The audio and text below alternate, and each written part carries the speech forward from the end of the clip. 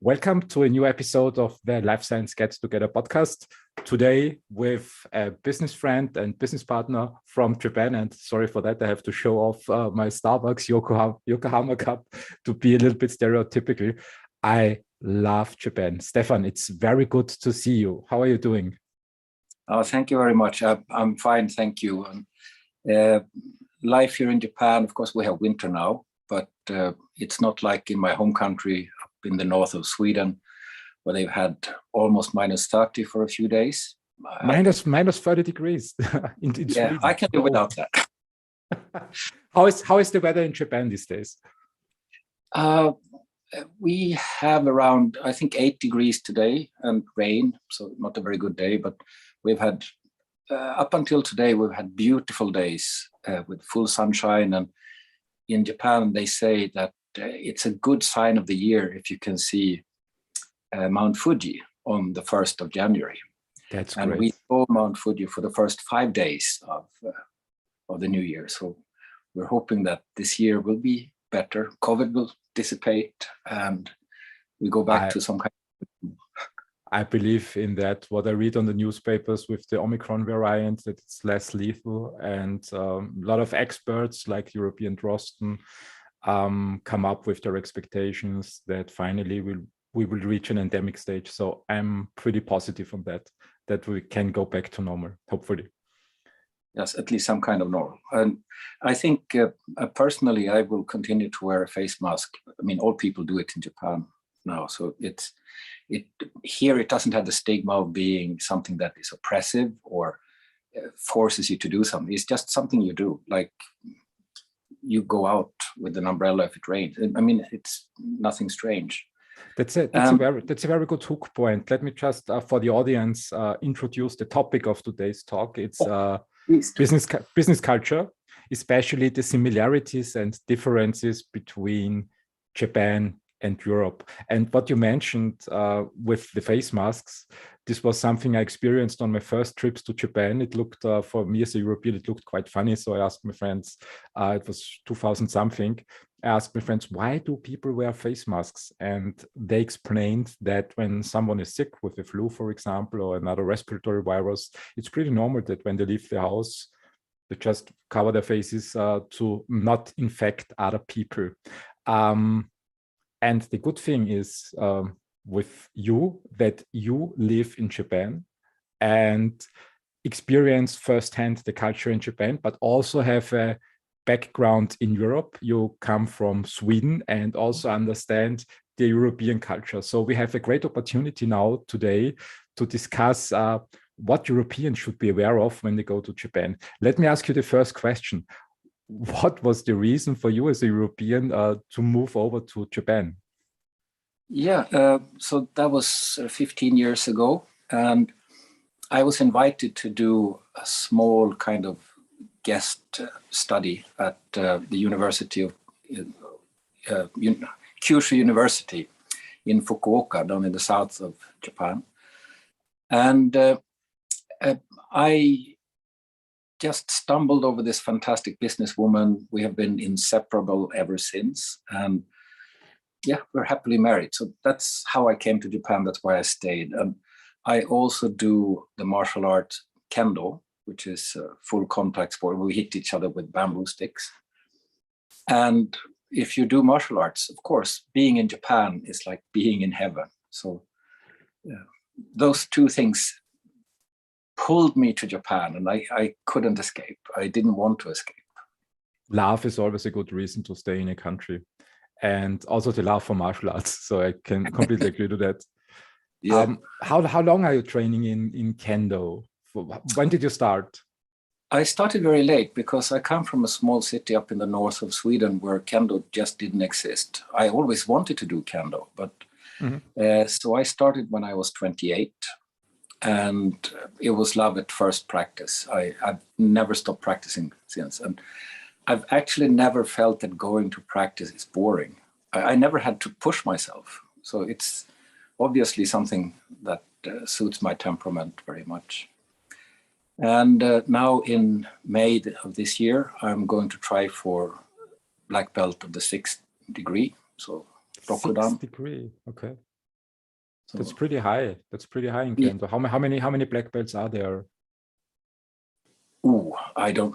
You mean levels? Yeah, yeah, black. So you're six. I think it's sixth dan. Yeah, and after that comes 7, and that is as far as I will probably reach, because 8 is it's a very small amount of people that get that, and it means perfect Kendo, and it's like 20 people per year that get the degree, and it's reserved for the professionals who practice Kendo all their lives, and I'm not thinking that I will get to their level of expertise. Let's talk a little bit. Let's stay a little bit with martial arts. I saw on television a reportage. It was years ago, before the pandemic, and in this movie/reportage, the statement was made that many business people in Japan train in martial arts, and especially in Kendo. Is this still true today? And what is the reason why people do that? So the police, they do either Kendo or Judo, because they think it makes them better to deal with stressful situations, to have confidence that you have the right reactions and you don't need to be threatening. You can instead wait for the person who is deranged or deluded or not in his right mind. So police violence in Japan is actually extremely low if you compare to all other modern countries. So that is one of the official reasons why the police do this. I wouldn't say all, but I think most of the bigger companies, they actually have a dojo and to practice karate, aikido, judo, and kendo for their employees. I have also practiced at the finance ministry. They have their own dojo. It's brilliant. So you practice hard and then you drink beer. It's a fantastic way of life. I wish we had that in Europe. Did I get it right? All the big corporations in Japan have their own dojo set up with master teachers where the employees can train in several different Japanese martial arts. Is that the right impression? I wouldn't say every company, and I don't think that every company would offer every martial art that exists, but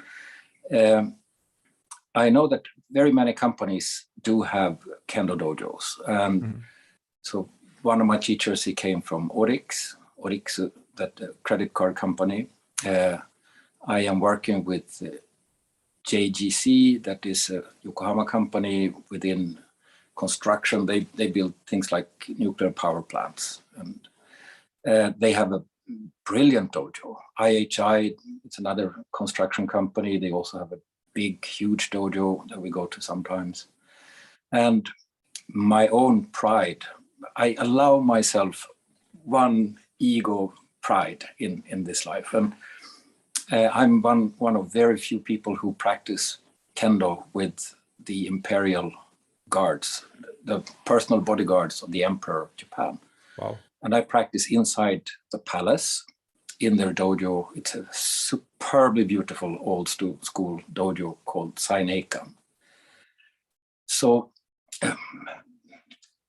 exiting the palace through one of their gates and over a small bridge, a stone bridge, it's usually around lunchtime, and often there are many tourists around, and they will say, "Oh, we want to enter," and the guards stop them. "No, you cannot enter." And they point at me and say, "But he could enter." And they say things like, "Yeah, but he's a special guest." And that is such a wonderful ego boost. But I don't want to spoil myself, so my ego stops there. I believe that, and on top of that, you have the honor to train in a very historic environment, which is plays I think an important role in Japanese culture. And this is, I think, a great hook point to talk a little bit about the Japanese business culture in general? How do you perceive living in Japan as a businessman? What's the speciality of the culture? I would say that it's a very honest culture, and your words matter, and people are very honest and truthful and open. And we talk about, or a lot about respect when I meet people who want to know about Japan. And I say, well, most societies have some kind of respect between people, but the Japanese have taken this to a whole new level. And you see that also in business meetings and the way business is conducted. Of course, as always, nothing is 100%. So I would say that is one of the things. And if we get to this point of similarities, that I think if you know what is similar, you can come to Japan with confidence in those areas. And so you don't need to think about them. And that is that Japanese people are even more shy than European people in general. And I compare to Americans because they are the least shy people in the world, and I think they are commendable for that. And one aspect of the American way of being is that they're very loud, and Japanese people are the opposite of that. And I would say that most Europeans are quiet and soft-spoken. So that's also something that is very similar. We carry ourselves little similarly. And one little negative aspect of a similarity that I think is kind of funny is salesmanship. In Japan and Europe, salesmanship is generally kind of small or low and leaves a lot to be lifted and improved. Compare again to the Americans. They're excellent salespeople, generally. So maybe one more thing. We, both Europeans and Japanese people, we come with pretty high levels of curiosity, education, and money. It's not the poor parts of the world. So I would say those are some of the most striking similarities. It's very difficult to see the similarities because you're blind there. But I think about the differences more because they are more striking when you come here. I mean, you see, trains are on time. It's just such a small, simple thing. Buses are on time. The timetables are adapted to the traffic situations, which is something that, at least in Sweden, the traffic companies, they are oblivious to these things. That, whoops, it was jammed again at 5 o'clock in the afternoon. We never saw it coming. And next day, the same thing. And also on the platforms, when you travel by train, the train stopped exactly in the right spot where you have markings on the floor where the doors will open. So you form lines waiting, and so the people get off the train, they get off the train and don't disturb anyone, and you get on the train. It's super smooth. And this thing that people wait in perfect lines, it's just for anything. I think Swedish people are pretty good, but still we're messy and we try to get ahead. But it's nothing like Japan. So there is this next level respectful behavior that is a difference, that you see it already when you arrive for the first time in Japan, at the airport, how they give you the passport with 2 hands, how they just help you. You hardly even need to ask for help, and they help you. So it's something that you need to be pretty socially unaware to not notice when you arrive here. And you will also notice that the society is calm and quiet. You rarely hear mobile phones ringing. You rarely see anyone talking loudly, self-blogging their lives away over the phone. And Actually, when you're on the bus, if you start talking on the phone on the bus driver will stop the bus. So you have this immense social pressure to be quiet and silent. And while you're speaking, I'm just walking through my first trips to Japan, and you're absolutely right. I mean, the minute I stepped off the airplane, I experienced a huge difference in how people behave. It's especially at the customs, when they very politely ask you what's your business in Japan, why you're coming here, and they hand over your passport and bow to you. But they're the officials, so it's very smooth, and it's, despite a lot of people live in Japan, it doesn't seem to me that they are in a huge hurry. So this you call it, I think, respectfulness or friendliness. In Japan, I saw a lot of people, when I look in their eyes, they smile. So I believe they get a lot of training how to act properly in public. And also what you mentioned on the train, I mean, here in Europe, in Austria, or subway, for example, or buses, it's quite normal that you hear a lot of different ringtones. People having their phone calls, shouting and screaming and playing off emotions. And on a train in Japan, it's a completely different setting. On one hand, early in the morning, people sleep. So it's really quiet on the train. And when they want to communicate, even I think 15 years ago, they used their mobile phones. So they were texting and not calling. And this takes so much pressure out of society. It's impressive. Yeah. And especially if you look at the Tokyo area and Kansai area with Osaka, Kyoto, Kobe, we are packed.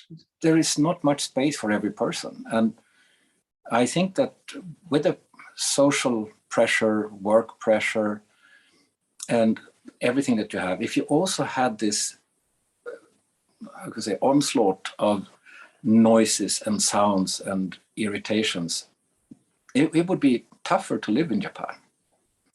I sometimes joke and say that Swedish people, we have a big country and not many people, so we have lots of space. So if we took the 40 million people from metropolitan Tokyo and removed them and exchange them with the 10 million Swedish people that we have in Sweden, we would have only 25% of the number of people. But I'm sure it would be chaos. People would be angry, screaming, there would be traffic jams, and just because the roads are narrow, everything is narrow. And if you're used to big space, I mean, that was the most difficult part for me in the beginning. There were so many people everywhere. I couldn't be alone by myself anywhere. It's just endlessly many people. So one coping mechanism that I found out was to be in the first, an absolute forefront of the train and just look out on the tracks, because there are no people there, nothing, no cars, just tracks. It was the calmest place I could find. And of course, home. And after a while, you learn to not look at all the people. You kind of look down instead, just to survive, because it sometimes feels as if your brain is going to melt. There are just too many people. That's absolutely true. When I compare it with Vienna, I think, I mean, it's not comparable with Tokyo in any case, because in Vienna we have 2 million inhabitants, and I think with the commuters, we must be close to 2.5 million, but not more. And as you said, the area around Tokyo is 40 million inhabitants on a space. I don't know the square meters, but I think it's like Central Europe, so it's not very big. And it's 4 or 5 times the people there. But still, Vienna looked to me more lively than Tokyo in a way that people expressed their emotions and expressed their feelings quite openly, and had phone calls and ringtones and were chatting loudly. When I was walking through Tokyo, I mean, what impressed me was this silence on crowded streets and also with a lot of traffic. And I think also the Japanese cars are built differently. Can you, is it still the same, or did it change over the last 10 years? I don't think the cars are not built differently, but they are, they have the most modern car park in the world. You rarely see a car that is more than 3 years old. So, of course, the more modern the car is, the more silent it is. And also now with hybrid cars that usually run on electricity in the cities, they are silent and quiet. And so, yeah, well, to some extent, of course, they have the local variety of cars. I'm sure you can find some Toyota or Mazda brands that you don't find anywhere else. For instance, these very compact box-like cars. I haven't seen them in Europe, but I'm not a car fanatic, so I don't know.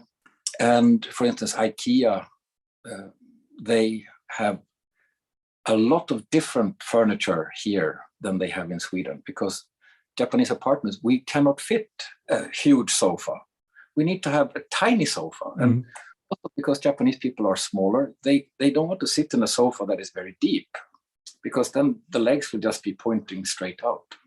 So you have kind of miniature things. Do I get the right impression? Is the European and American lifestyle creeping into Japan? What I always liked in Japan was sitting on the floor or kneeling on the floor. Is it still a habit, or did they start to put chairs and sofas everywhere? You have both. I think Japan has always been a melting pot, and especially the metropolitan areas.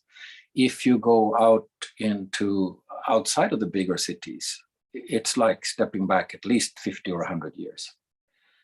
And so one of the pastimes for Japanese people, and I have to admit that I like it a lot too, it's onsen, the hot springs, where you go and there you sit on the floor, you sleep on traditional futon that is just like sleeping on the floor. It's pointed, it just hurts everywhere when you wake up in the morning. And with brilliant food and stuff. So some restaurants, they put you on the floor.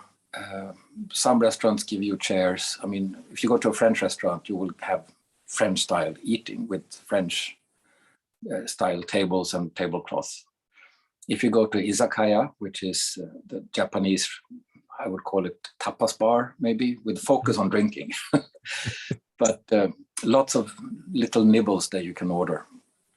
I would say most of them, you will sit on the floor, at least in some parts of the restaurant. Many restaurants have hole in the floor underneath the table, so it seems that people are sitting on the floor, but it's more kind to your knees. That's true, especially for Europeans who are not used to kneel on the floor. It takes some practice with martial arts, for example. And once you get used to that, I really loved it. In one of the last podcast episodes with Bettina Ressler, I was having a conversation about health literacy. And I think still Japan has one of the highest life expectancies in the world. And I believe lifestyle plays a major role in that, especially friendliness, kindness, respectfulness, behavior on the street. And while you were talking, it reminded me of my European rudeness when I traveled first to Japan. So you said it in the beginning, this lining up in front of restaurants or shops, I was absolutely not used to that. So the first time in Japan when I tried to enter a shop, I think it was an American donut bar. I saw this line, but I didn't think that this has a special reason. So people were standing there for whatever reason, and I walked straight in, and the waiters and the waitresses rushed at me and talking in Japan, and I didn't understand a single syllable. I didn't understand what they want from me, and tried to walk past them to my friends because they were sitting on a table behind them.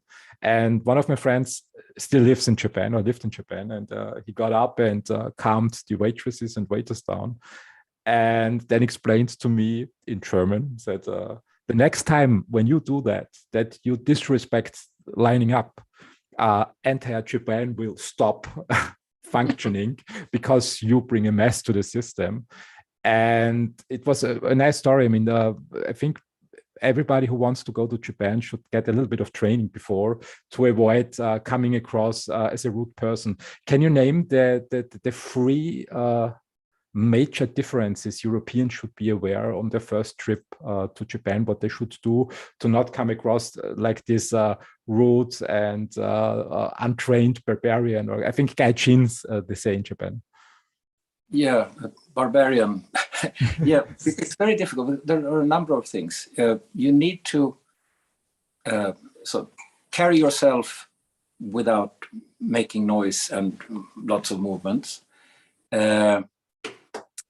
Be, as you explained, all these, it's difficult to call them basic aspects of being respectful, but for instance,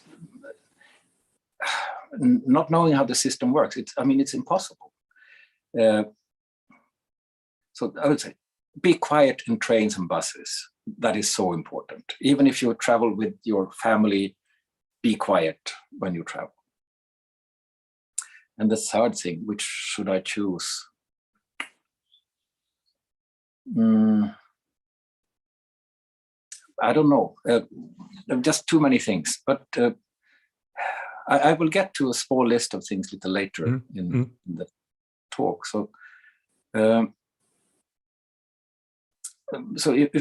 if we talk about selling or being in a negotiation, because that is also transferable to a society, don't push.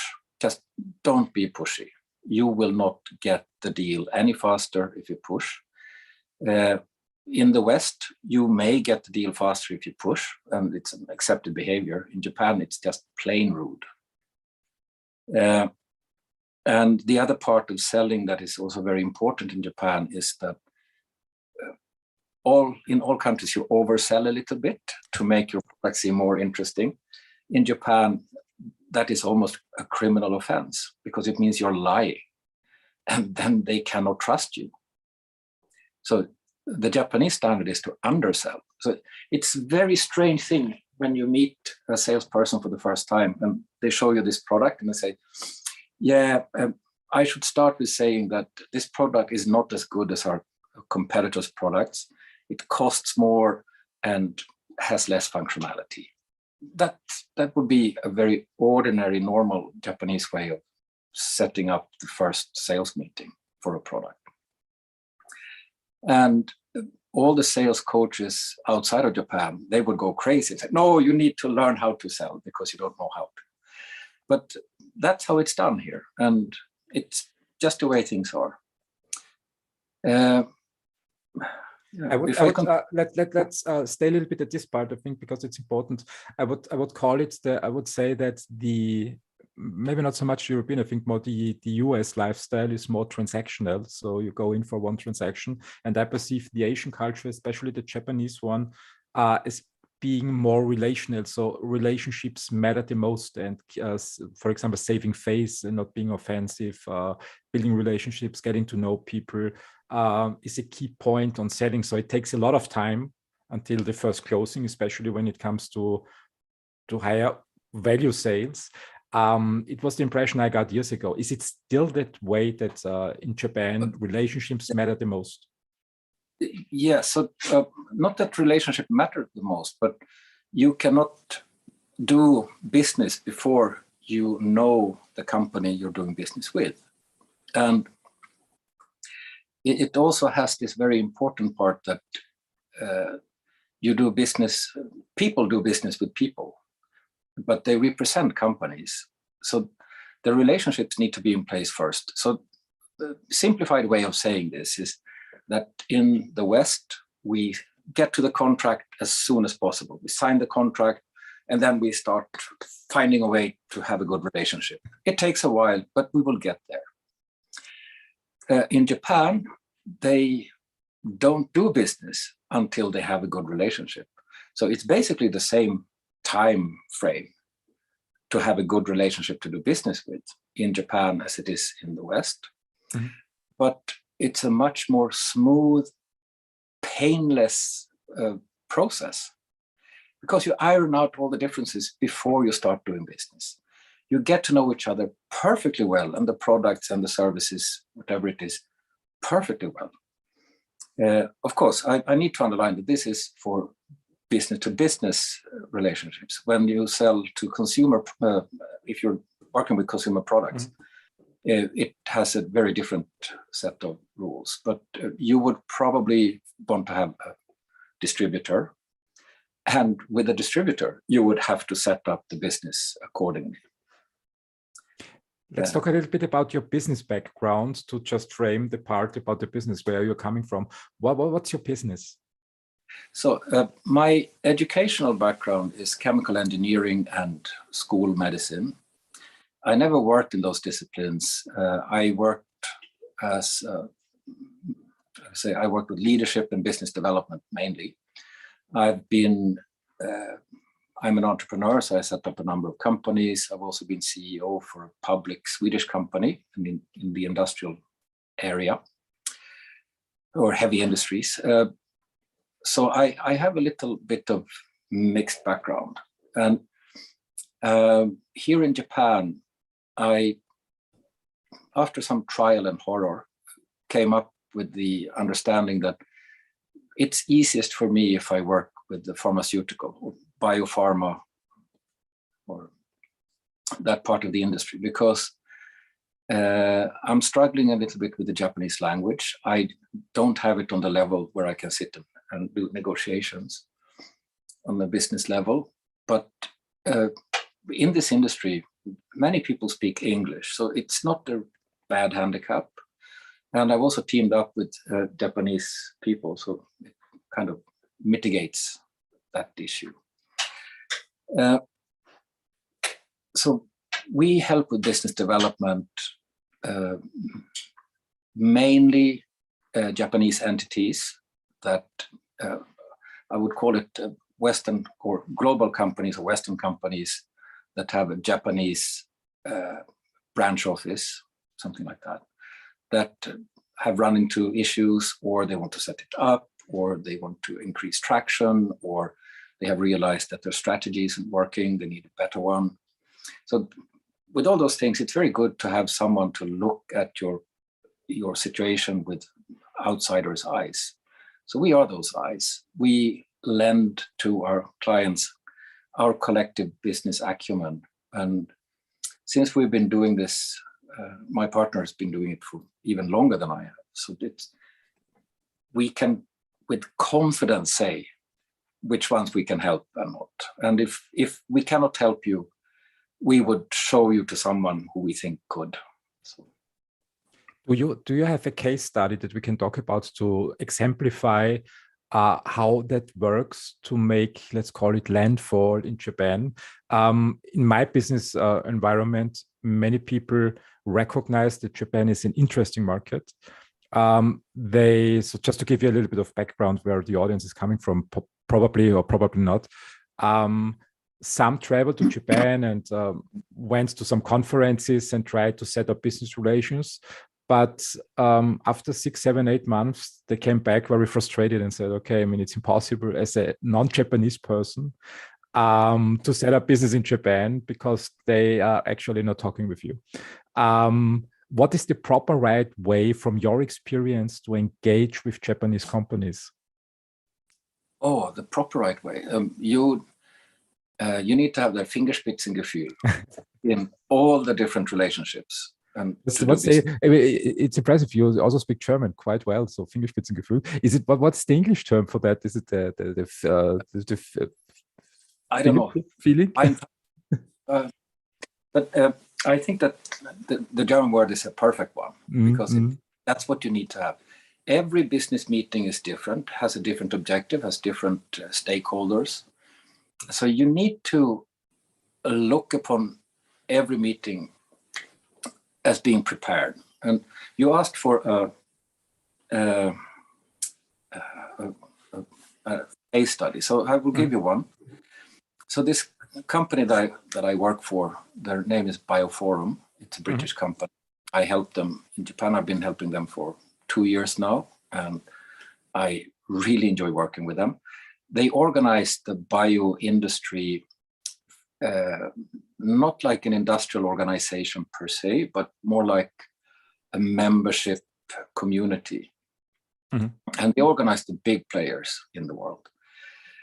And for 5 years in Japan, trying to sell and set up memberships without any kind of major success, I would say. They had some success, but not what they should have. So we sat down and talked. And one of the things we found out after a while was that they didn't know the ecosystem well enough. So we studied the ecosystem for them, helped them understand why business isn't so self-evident here. And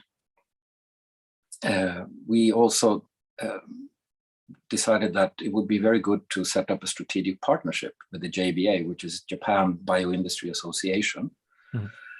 And upon doing so, use the JBA platform as a platform for conducting seminars on very, very interesting topics with the world leading subject matter experts from the leading companies, as a way to show the Japanese industry how good we are. I say we now because I feel like I belong to this company after such a long time. And also what the use is. So I have managed now to get a number of new memberships here in Japan. And I have, it's more like the ketchup bottle effect, where you start slowly, the first memberships come like, they are very, almost like deer, carefully looking out from the forest. But I think that within this year or sometime early next year, we will see the ketchup bottle drop, and all the memberships that should have been there already 5 years ago will be there. So that's what I'm looking for to create together with them. And this was not self-evident to them. This was not even self-evident to the JBA. They never worked with a company before, and much less a foreign company. They only had members. So it took a lot of coaxing. It took a lot of meetings, so formal meetings and informal meetings. And those are very important aspects of doing business in Japan.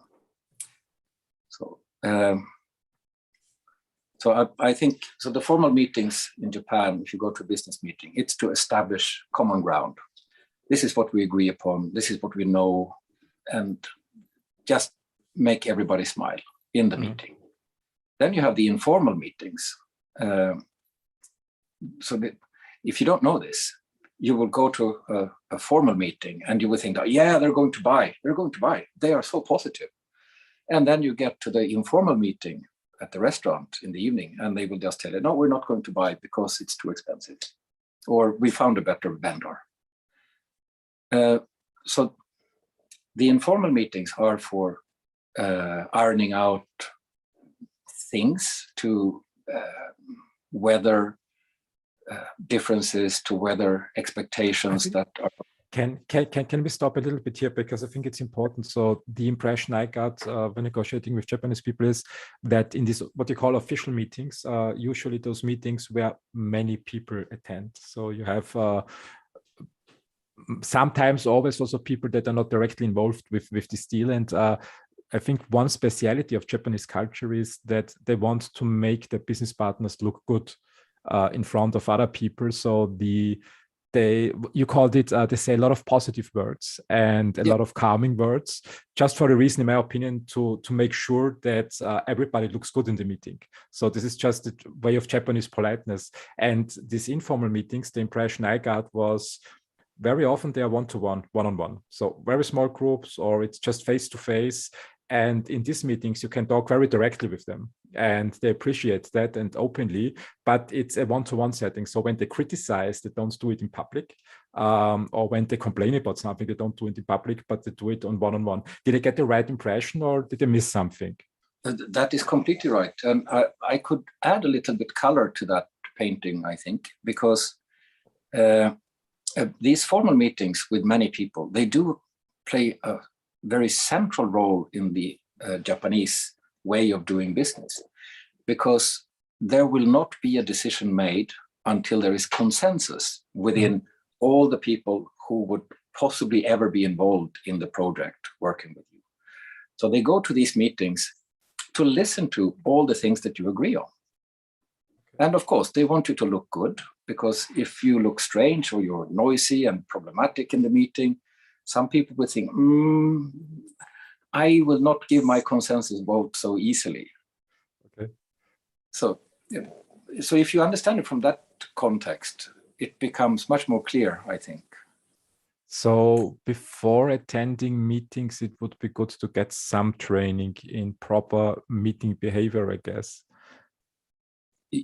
Well, just control yourself. But I think in order to navigate doing business in Japan, you either need to study hard and learn by yourself, which takes a couple of years, or you take someone by the hand, like a consultant or a local person that you want to hire or work with, because you may want to set up a small sales office just with someone. So you need someone who can interpret what happens. And also, this is a little abstracting, but you need to interpret also the things that do not happen in a meeting, which means you have to have a very clear understanding of what to expect or not to expect.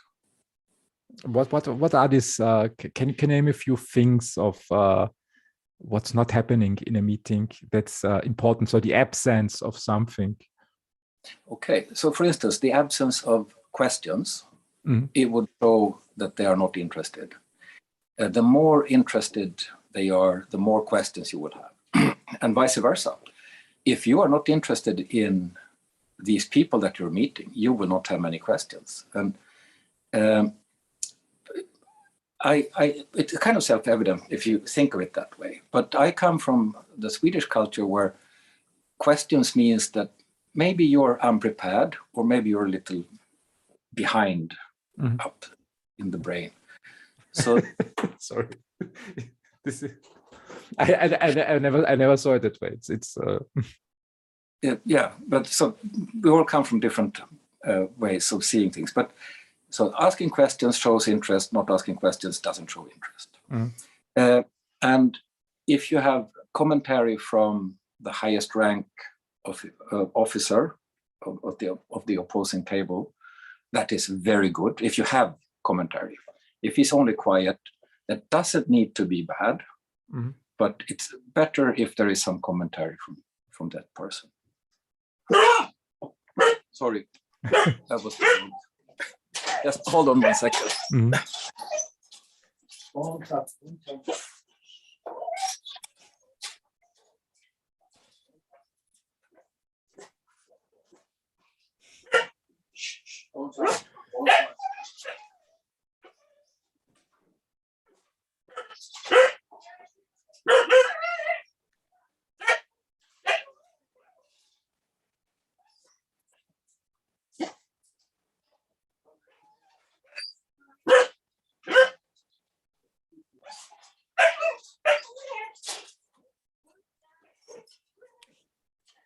I'm sorry for that. He will be quiet. No problem. Happy dog. He's excited to see you, I guess. Or she. But to see Mama, it is. When I come home, he is a little happy. But when she comes home, he goes bananas completely. But yeah, so it's nice to have a dog. He helps us get out in this terrible time. So, yeah. I lost where I was. Asking questions. So we were in meetings that it's a good thing when Japanese people ask questions. I think it's also true for the European or US parties to be prepared and to come up with questions and not just sit there and listen. Is it the right expectation or the right picture I got? Yes. And also one thing that will be a little confusing is that the next meeting you have, they will sometimes ask the same questions. And in the beginning, my mindset was that, okay, they didn't quite get the answer, so I changed the answer a little bit to get it from a different angle. And for Japanese people, that's very confusing because then I'm saying a different thing. They just want to check that I say the same thing, that they want to hear exactly the same answer. So is it a matter of trust then, that they initially they try to establish trust to find out can I trust you to say, do you say the same thing, or do you change your story? Is that a way we could see that? Yeah, so definitely, if you stick to one story over and over again, it will inspire trust. Yes. Which means a lot of preparation before the meeting. So to know what you want to say in a series of meetings and not change the story around. I mean, it's just, I think to the European startup world, so where it's quite common to change stories every couple of days.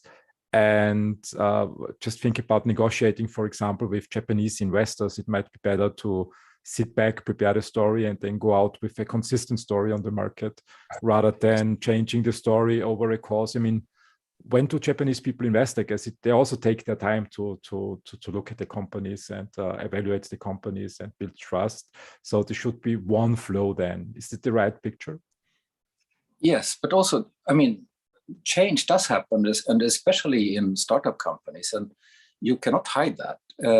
But you should be more honest with the change to give the reasons for, okay, since the previous meeting when we said this has changed because of something. So this is the new way.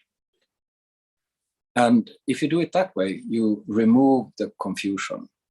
But you may move also backwards a little bit. So they need to see if this sticks. What else is, you said we were at the point of the absence of something. So one thing is question. A good sign that the party is not interested is when they just listen to the meetings and leave the room and ask absolutely zero questions. What's another one? So as I said, depending on the highest ranking officer, he should have some commentary. And like when you're leaving the room and thanking everyone, he should say something. That's a very positive sign. And if he doesn't, it's not a positive sign. It can be that he's very busy and needs to run to a different meeting. But usually it's good. It's bad if he doesn't. Let me ask you, sorry to interrupt, let me just a thought that popped up in my mind. I mean, we are talking about business meetings. So meetings usually have a defined starting point and a defined end point. When I look to Europe, especially with the mobile culture,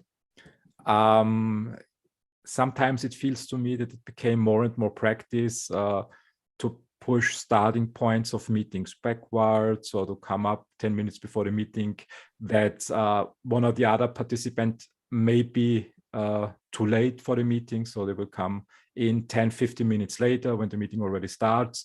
And sometimes people just run over time.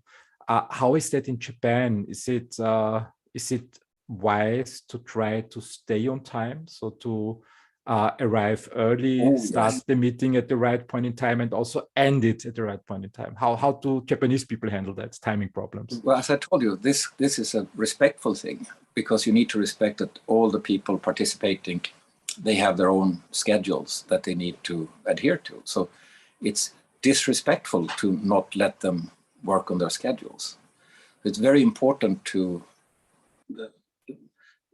make sure that you start on time, end on time, everything is prepared, nothing fails. I mean, sometimes, of course, with modern technology, the computer image doesn't present itself on the projector. It just happens. You need to reboot everything, and hopefully works again. But especially the ending point is very important. The Japanese meetings, when they want to stop, don't give an extra question or an extra comment, because they will politely listen. And what you miss then is the end part, where you say goodbye to each other and thank each other for the meeting, and hope to get some kind of comments, like, or this is also where you pinpoint the person that you need to speak to at an informal meeting and say, I will contact you. And they know exactly what it means. And what does it mean? What does it mean when they say I will contact you? That we will have an informal meeting. Okay. And that's when you discuss the nitty-gritty of the deal, push things forward, change requests, negotiating an agreement that there is this one provision that we cannot agree on. You need to discuss it. And those are the things you do not do in the formal meetings, because the formal meetings are only for the agreed things. And up until you can sign the contract, you need to have a lot of informal meetings with various people. And it's good if you have someone to guide you so that you get the informal meeting with the right person. What can we talk a little bit more about the informal meetings? So you mentioned we have the first formal meeting, and at the end of the meeting, Japanese people will say, I will contact you. So this is something that I assume... Or you ask them, you ask to contact the right person. Okay, so it's also polite to say, okay, let me follow up with you or contact you. But this means I would invite then the Japanese person out for dinner or for lunch. So it's an informal meeting then, not an official one. Pre-COVID, it was like that. You would go for drinks. But now it's usually some of these matters can be conducted by email. And sometimes you should use not your business email address, but your private email address. Private email. Yeah. This is a huge difference, because I always hear in Europe and also in the United States that it looks unprofessional to use a private email address. Yeah, but for informal things, then it's off the record. Okay. And in Japan, you also have something called smartphone email address. They are used less and less now. But so everybody used to have at least 2 email addresses. And so you set up this meeting. So pre-COVID, it was usually you go for drinks, a few beers or something, discuss things, or small restaurant visit. But now you do it online, usually. Or some of the topics can be fixed using emails. So, and the good thing with the informal meetings is that it's a little bit like, I would guess, if how spying works. I mean, Putin cannot speak directly to the Prime Minister of Sweden. The meeting needs to be set up by other people who are lower on the scale. So, and I think that this is the same thing in Japan, that you need to just set things up. So the boss, he gets something that is agreed with everybody and everything is fine, it's vetted, it's due diligence done, all the tick boxes, all the stamps, everything is complete. Then you present it to the director and he will say, have you thought this through? And the boss you have, he will say, yes, okay, I approve. It may take a month, but you want to get to the stage where everything is set up perfectly. And so a lot of underhandling or under the table discussions are needed. There's a lot of politics and negotiation going on until people come to a deal, to signing off a deal. Yeah, I think that the politics, it's mainly inside of big corporations where you have political movements, not in between companies. But you can get stuck in politics because you will have this yes, yes, yes, yes, and then finally it says no, because anything can happen and nothing is sure until the contract is signed, and actually not even then, but less unsure. I mean, when it takes longer to sign a contract, I guess the failure rate after signing is probably lower than in the United States, where contracts, my impression is wrong, but I always got the impression that US people are very quick to signing. And as you said, they negotiate the relationship afterward, after the signing, which means that the rate of failure might be higher in US than in Japan. Did you ever do some statistics on that? I have one interesting fact. It's not exact, but almost. In New York, Manhattan alone, you have more business lawyers than you have lawyers in all of Japan. Yeah. And also Japanese contracts, they, usually in Europe, we would have a clause that says, in case we cannot agree, we will take this to some court or someone to make a decision for us. But in Japan, we don't do that, only as a very last measure. It's written in contracts that you need to solve issues amicably. And if you cannot do that, it means you're a very problematic person, or you represent a company that nobody is going to want to work with. So there's this huge pressure to actually solve matters, to preserve the relationship. And it's always easier when there is not money involved. But I would say that there's a negotiation with Japan. I mean, this is would be still a huge topic. It just reminded me of one story a friend of mine told me a couple of years ago, where a European friend of him training in martial arts and wanted to buy a Japanese sword. And this guy was from the Middle East. So in the Middle East, it's quite normal that when you want to buy something, you start negotiating the price. And people are happy to do so, and it's part of their culture.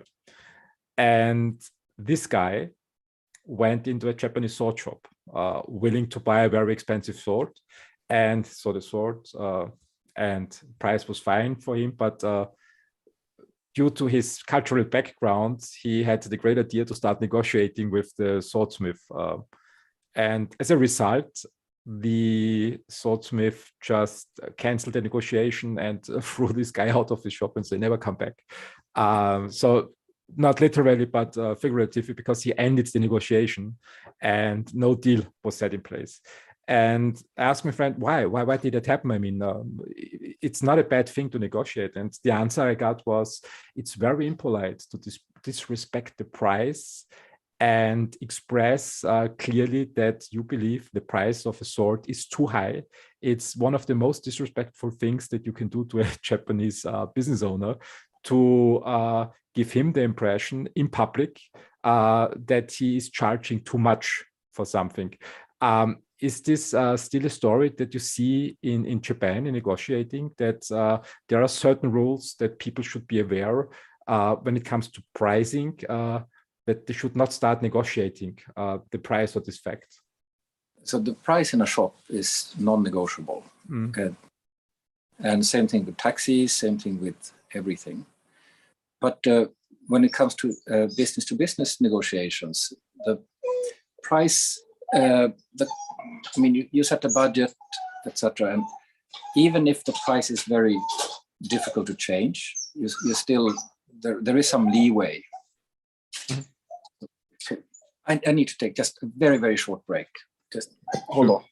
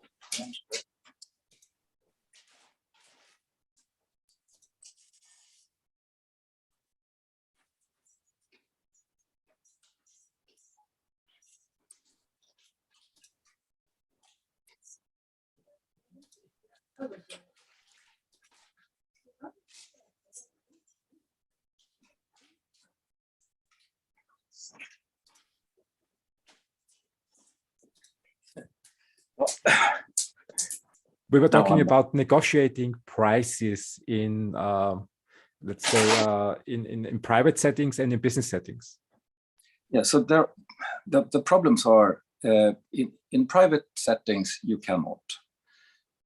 In business settings, you can to some extent. But for instance, if you want to buy ball bearings, say, and you want to slash the price with 10%, you will be met with very much confusion, because those 10% will be translated into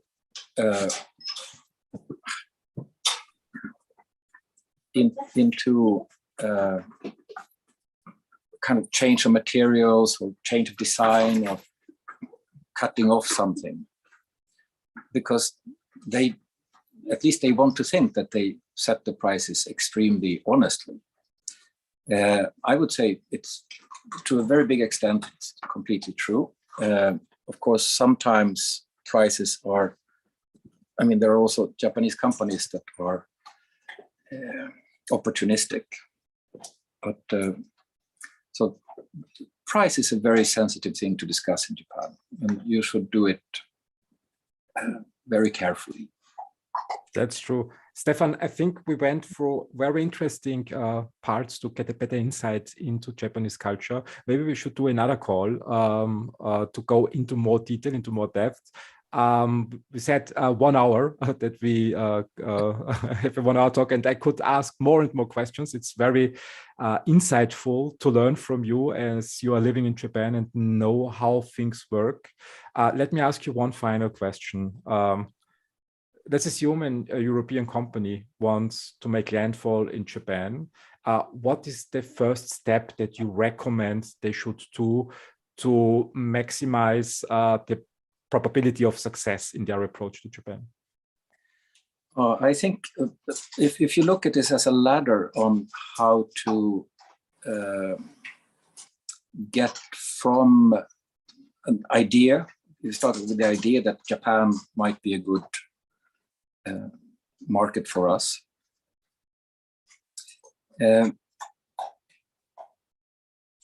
I think you should maybe first just dip your toes in Japan, go to a trade show, at least visit something in Japan, just to get the taste and the feeling. And then you should formulate some kind of entry strategy. I do recommend you do it with people who know a lot about Japan, because so many things will be different from what you're expected and used to. So the entry strategy, I usually think of it as, first and foremost, understanding the ecosystem that you want to be a part of. The industrial organizations, the competitors, the partners, the distributors, those things. And you need to have a very clear idea who to work with. So you would have target lists for that. So that's the entry strategy. When you start working on the entry strategy, I mean, the pragmatic work to actually start conducting business in Japan, you need to have feet on the ground. There are many reasons for this. One is that if you don't exist in Japan with an office and things, you would be like a ghost, which means they don't know if you exist or where you exist. So it's just what things are. So after that, you will need help to open doors, because LinkedIn is useless. You don't get any contacts that way. You need to either meet people at trade shows or seminars or like that, or you need to do it the old-fashioned way, meaning private or personal invitations or recommendations by people. And after that, you will need someone to not only initialize, but also strengthen and maintain your business relationships here in Japan. And I would say the last thing is that you can speed things up a lot by tapping into somebody else's business acumen in Japan. And we say there are 3 things that we require from our clients. We need them to have an ambition. That's number 1. 2, they need to have a budget for entering Japan. And 3, we need to agree on how to do this so that there is a balance between ambition, budget, time, expectation. Yeah, long answer from your short question, but I wanted to keep it a little relevant. So the best recommendation is to contact you and to get some first, I would say, some first hints on how to proceed in Japan. I mean, we welcome people to contact us. It doesn't cost anything to say, hello, we're thinking about Japan, or we have an issue in Japan, and set up a meeting and discuss it. I mean, that's only good if we can be helpful. I think that one of the things that we are trying to do here is to help strengthening an industry. And one of the most important things in doing that is to just be open to all the different kinds of talent that flows. It can be companies, products, raw materials, just anything that flows between. I'm sorry, the dog is very happy. Yes, it looks like nice dog with some toys. Yeah. But stop it here. I would very much look forward to speak to you again. Let's do so. Stefan, I would recommend everybody who's interested from the audience to make landfall in Japan to reach out to you. I will post your LinkedIn profile and your website in the description to the podcast. And I wish you, your wife and your dog and your team a great time in Japan, and let's catch up soon. Thank you very much. It was great talking to you. Thank you. Have a great day. Bye-bye.